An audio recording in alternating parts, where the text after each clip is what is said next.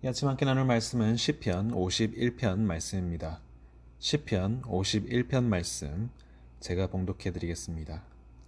하나님이여 주의 인자를 쫓아 나를 긍휼히 여기시며 주의 많은 자비를 쫓아 내 죄과를 도말하소서. 나의 죄악을 말갛게 씻기시며 나의 죄를 깨끗이 제하소서. 대저 나는 내 죄과를 아오니 내 죄가 항상 내 앞에 있나이다. 내가 주께만 범죄하여 주의 목전에 악을 행하였사오니 주께서 말씀하실 때에 의로우시다 하고 판단하실 때에 순전하시다 하리이다. 내가 죄악 중에 출생하였으며 모친이 죄 중에 나를 잉태하였나이다. 중심의 진실함을 주께서 원하시오니 내 속에 지혜를 알게 하시리이다. 우슬초로 나를 정결케 하소서. 내가 정하리이다. 나를 씻기소서. 내가 눈보다 희리이다. 나로 즐겁고 기쁜 소리를 듣게 하사 주께서 꺾으신 뼈로 즐거워하게 하소서. 주의 얼굴을 내 죄에서 돌이키시고 내 모든 죄악을 도말하소서. 하나님이여 내 속에 정한 마음을 창조하시고 내 안에 정직한 영을 새롭게 하소서. 나를 주 앞에서 쫓아내지 마시며 주의 성신을 내게서 거두지 마소서. 주의 구원의 즐거움을 내게 회복시키시고 자원하는 심령을 주사 나를 붙드소서. 그러하면 내가 범죄자에게 주의 도를 가르치리니 죄인들이 주께 돌아오리이다. 하나님이여 나의 구원의 하나님이여 피 흘린 죄에서 나를 건지소서. 내 혀가 주의 의를 높이 노래하리이다. 주여 내 입술을 열어주소서. 내 입이 주를 찬송하여 전파하리이다. 주는 제사를 즐겨 아니하시나니 그렇지 않으면 내가 드렸을 것이라. 주는 번제를 기뻐 아니하시나이다. 하나님의 구하시는 제사는 상한 심령이라. 하나님이여 상하고 통회하는 마음을 주께서 멸시치 아니하시리이다. 주의 은택으로 시온의 성을 행하시고 예루살렘 성을 쌓으소서. 그때 주께서 의로운 제사와 번제와 온전한 번제를 기뻐하시리니 저희가 수소로 주의 단에 드리리이다. 아멘. 오늘 본문 시편 51편에는 다윗의 시 영장으로 한 노래, 다윗이 밧세바와 동침한 후 선지자 나단이 저에게 온 때라는 타이틀이 붙어 있습니다. 상황이 딱 그려지실 겁니다. 충성스러운 신하인 우리아의 아내 밧세바를 범한 데 그치지 않고 우리아를 전쟁터 맨 앞 화살밭으로 보내서 죽이고서는 뻔뻔하게 밧세바를 궁으로 데려와서 처로 삼고 아들까지 낳은 사건을 말입니다. 이러한 끔찍한 죄를 저지른 다윗에게 하나님께서는 선지자 나단을 보내셨는데 나단은 다름 아닌 비유로 말씀을 전합니다. 한 부자와 한 가난한 자가 있었는데 부자가 자신에게 양과 소가 심히 많았음에도 불구하고 가난한 자가 딸처럼 사랑하던 새끼 양을 빼앗아서 자신의 손님을 대접했다는 이야기 말입니다. 이에 다윗은 분노해서는 여호와의 사심을 두고 맹세하면서 그 부자를 죽여야 할 자라라고 말합니다. 바로 그때 나단 선지자의 그 유명한 대사가 나옵니다. You are the man. 당신이 그 사람이라. 다윗은 자신의 범죄가 완벽했다 믿었습니다. 살인 교사도 불륜도 과부를 처로 맞아서 아들을 얻으면 유야무야 넘어가질 줄 알았습니다. 그러나 사람의 눈은 피하고 속였을지라도 하나님의 눈은 피하고 속일 수 없었습니다. 1년이라는 시간이 흘러서 다윗은 자신의 범죄가 다 묻혔다고 생각했습니다. 그런데 나단 선지자를 통해 너무나도 통렬하고 날카롭게 책망당했을 때 다윗은 무너졌고 울부짖을 수밖에 없었습니다. 사무엘하 12장 13절 내가 여호와께 죄를 범하였노라. 내가 여호와께 죄를 범하였노라. 그렇게 그는 죽어도 마땅한 죄를 저질렀음에도 죽음에 처해지지 않고 대신 밧세바와 자신 사이에 얻은 아들을 잃게 됩니다. 우리는 어떠합니까? 앞이 캄캄할 정도로 큰 잘못을 저질렀는데 그래서 무엇을 해야 할지 감이 안 잡히고 아무것도 할 엄두가 안 날 때 도저히 되돌릴 수는 없는데 그렇다고 이대로 살기에는 너무 고통스러울 때 어떻게 해야 합니까? 회개해야 합니다. 시편 51편은 다윗의 회개 기도입니다. 이 회개 기도인 시편 51편은 우리에게 두 가지를 알려주고 있습니다. 첫 번째로 회개가 무엇인지, 두 번째로 회개의 역할이 무엇인지를 말입니다. 첫 번째로 회개란 무엇인지를 살펴보고자 합니다. 웨스트민스터 소요리 문답 87문은 회개를 이렇게 정의 내리고 있습니다. 생명에 이르는 회개는 곧 구원의 은혜인데 이로 말미암아 죄인이 자기 죄를 바로 알고 그리스도 안에서 하나님의 자비를 깨달아 자기 죄에 대하여 슬퍼하고 미워하고 그 죄에서 떠나 하나님께로 돌아가서 굳은 결심과 노력으로서 새롭게 순종하는 것이라고 말입니다. 소요리 문답의 정의에 의하면 회개란 죄에서 돌이킴을 의미할 뿐만 아니라 하나님께 돌아감까지 포함함을 알 수 있습니다. 그러므로 회개란 단지 후회하고 슬퍼하는 것으로 끝나는 것이 아니라 굳은 결심과 노력으로 새롭게 하나님께 순종까지 나아가는 것이라는 겁니다. 죄에서 방향을 돌리는 것뿐만 아니라 하나님께로 방향의 재설정이 따라야 한다는 말입니다. 먼저 첫 번째로 죄로부터의 돌이킴의 관점에서 회개를 살펴보겠습니다. 우선 우리는 본문을 쓴 다윗의 범죄를 보면서 안도해서는 안 됩니다. 간음과 살인만이 하나님과 우리를 단절시키는 죄가 아니기 때문입니다. 모든 죄가 하나님께 대한 반역이며 우리의 죄는 다윗의 범죄만큼이나 하나님 눈에 똑같이 흉악하기 때문입니다. 다른 사람의 죄는 판별하기 쉽습니다. 그러나 정작 자신의 죄에 있어서는 눈을 감기 일쑤입니다. 다윗도요, 자신의 범죄를 깨닫기에는 1년이라는 시간이 걸렸습니다. 또한 하나님이 직접 보내신 선지자의 말씀이 필요했습니다. 그러나 그렇게 어렵게 자신의 죄를 깨달았을 때 다윗은 그 책임으로부터 달아나지 않았습니다. 1절 내 죄과 2절 나의 죄악, 나의 죄 3절 내 죄과 내 죄 4절 내가 주께만 범죄하여 다윗은 오늘 말씀에서도 보시다시피 그 누구도 핑계치 않고 거듭해서 이 모든 것들이 자신의 죄라고 인정하고 있습니다. 결정적으로 5절에 그는 자신이 항상 죄인이었으며 태어날 때부터 죄인이었다라고 인정하고 있습니다. 회개의 시작은 이처럼 나의 죄를 인정하는 것에서부터 시작됩니다. 그래야 아프고 슬프고 괴롭기 때문입니다. 그리고 아프고 슬프고 괴로워야 죄가 밉고 혐오스럽기 때문입니다. 또한 죄를 미워하지 않고서는 죄로부터 돌이킬 수 없기 때문입니다. 그러므로 우리는 죄과 때문에 아파해야 하고 슬퍼해야 하고 그로 인하여서 죄를 미워해야 합니다. 그래야만 그 죄거로부터 돌이킬 수 있기 때문입니다.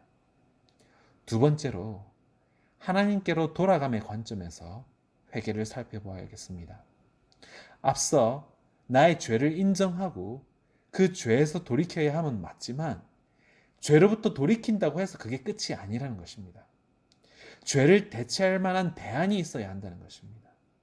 그리고 그런 대안이 하나님 외에 어떻게 다른 분이 있을 수 있겠습니까? 죄보다 더 큰 권세를 가지신 분이 아니라면 특정한 죄에서 돌이킨다 한들 다른 죄의 노예가 될 뿐이라는 것입니다. 죄를 쳐서 복종시킬 수 있는 분이 아니시고서는 우리는 절대 죄로부터 자유해질 수 없기 때문입니다. 우리가 죄를 사랑하는 것보다 더 큰 사랑이 없이는 죄에서 벗어날 수 없습니다. 그리고 하나님의 사랑보다 더 큰 사랑은 없습니다. 그래서 다윗은 하나님께 간절히 매달리면서 자신을 주 앞에서 쫓아내지 마시고 주의 성령을 거두지 마실 것을 애원하고 있는 것입니다. 하나님 외에는 소망이 없는 줄 믿습니다. 그리고 사랑의 하나님께서는 그런 다윗을 저버리지 않으십니다. 구원의 즐거움을 회복시키시고 자원하는 심령을 주사 붙들어 주십니다. 물론 이 과정이 쉽지는 않습니다. 반드시 뼈를 깎는 고통이 수반됩니다.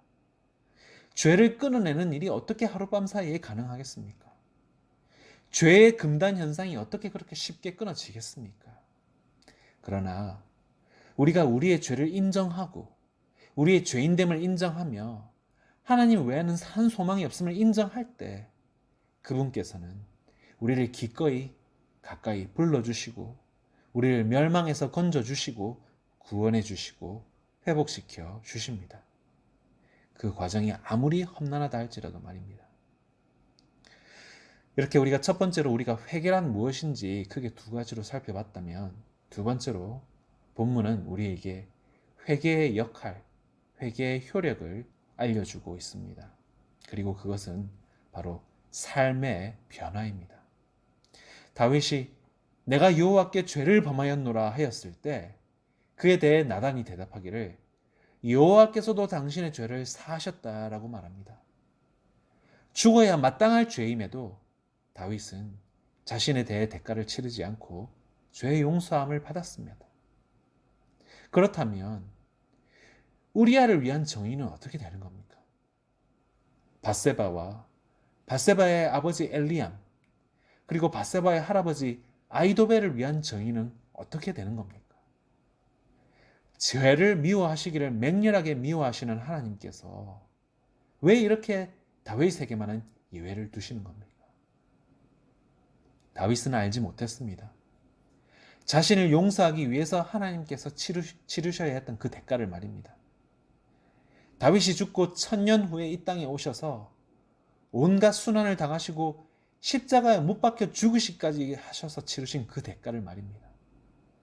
주님께서는요, 우리가 알듯이 완벽한 대속물이요 희생 제물이셨습니다.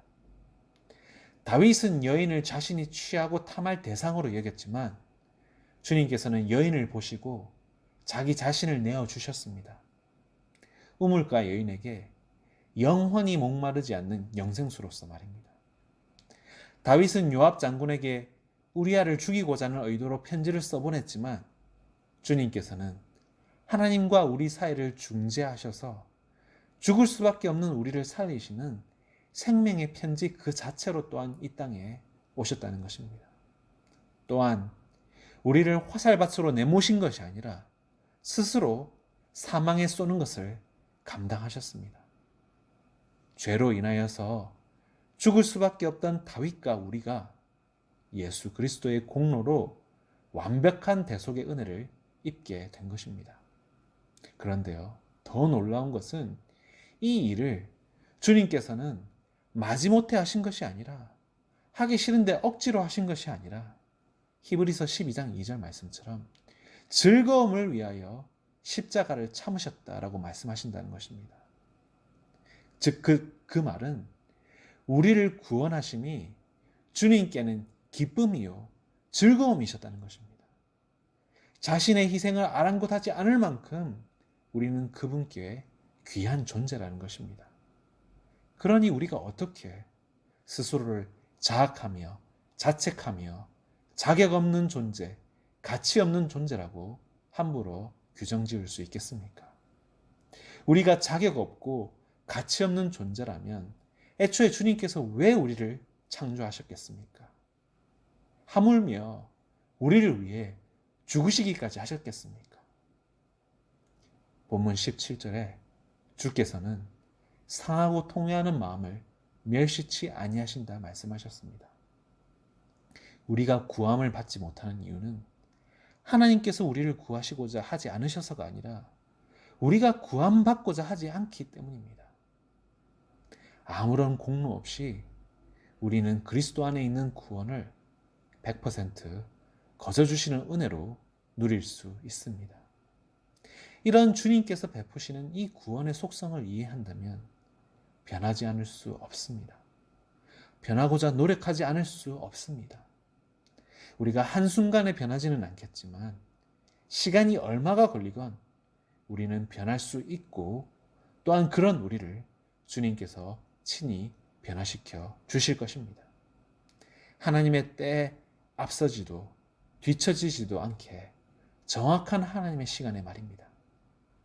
다윗은 이 이후에도 인구 조사와 동료와의 동침, 국정 방치 등 만년까지 실책이 있던 사람이었습니다. 그러나 하나님께서는 그의 모든 삶의 순간을 함께하여 주셨고 변화시켜 주셨고 자신의 마음에 합한 자라고 인정해 주셨습니다. 우리 남서울미랄교회 성도님들 모두 상하고 통회하는 심령으로 주님을 찾을 때 그때마다 조금씩 우리를 변화시켜 주시고 성화시켜 주신다는 사실을 믿으시기 바랍니다.